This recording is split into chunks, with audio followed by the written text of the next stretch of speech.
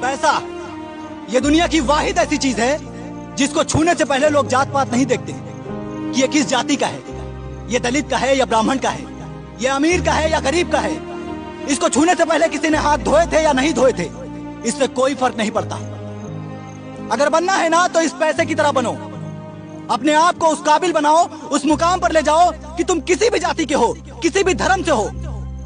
तुम्हें छूना या तुम्हें हासिल करना उनके लिए मजबूरी बन जाए।